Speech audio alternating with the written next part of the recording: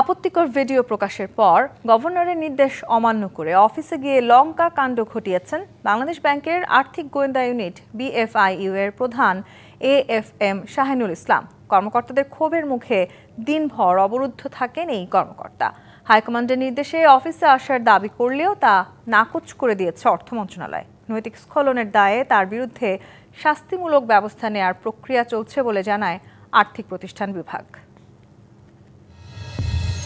সোমবার সামাজিক যোগাযোগ মাধ্যমে বাংলাদেশ ব্যাংকের আর্থিক গোয়েন্দা ইউনিট BFIU প্রধান শাহিনুল ইসলামের কয়েকটি আপত্তিকর ভিডিও ছড়িয়ে পড়ে।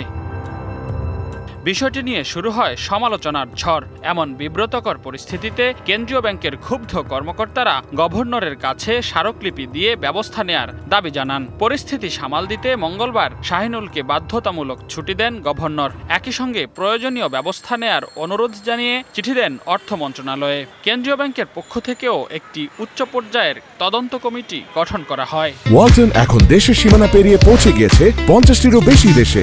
ওয়ালটন, ঘরে ঘরে বিশ্বজুড়ে।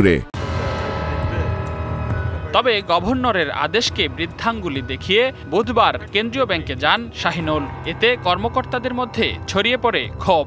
শাহিনুল দাবি করেন হাইকমান্ডের নির্দেশেই তিনি অফিসে এসেছেন। তবে তার দাবি নাকচ করে দিয়েছে আর্থিক প্রতিষ্ঠান বিভাগ। গঠন করা হয়েছে 4 সদস্যের তদন্ত কমিটি। বাংলাদেশ ব্যাংক কোনো অফিসিয়াল ছুটিও দেয় নাই। আমি গভর্নর স্যারকে জিজ্ঞেস করছি, এটা মৌখিক। আপনাদের নির্দেশনা তো আমরা কেউ দিই নাই। ওনার সাথে আমাদের কারোই কোনো যোগাযোগ হয়নি। চিঠি আসবে, আমরা ওনাকে একটা ব্যবস্থা নিচ্ছি। এমন পরিস্থিতিতে প্রশ্ন উঠেছে, শাহিনুলের হাইকমান্ড আসলে কে বা কারা?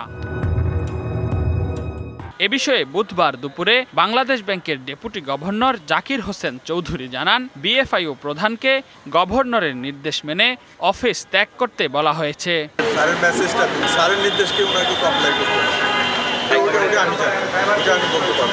কর্মকর্তাদের ক্ষোভের মুখে দিনভর অবরুদ্ধ থাকেন BFIU প্রধান। রেদওয়ানুল হক, DBC নিউজ, ঢাকা।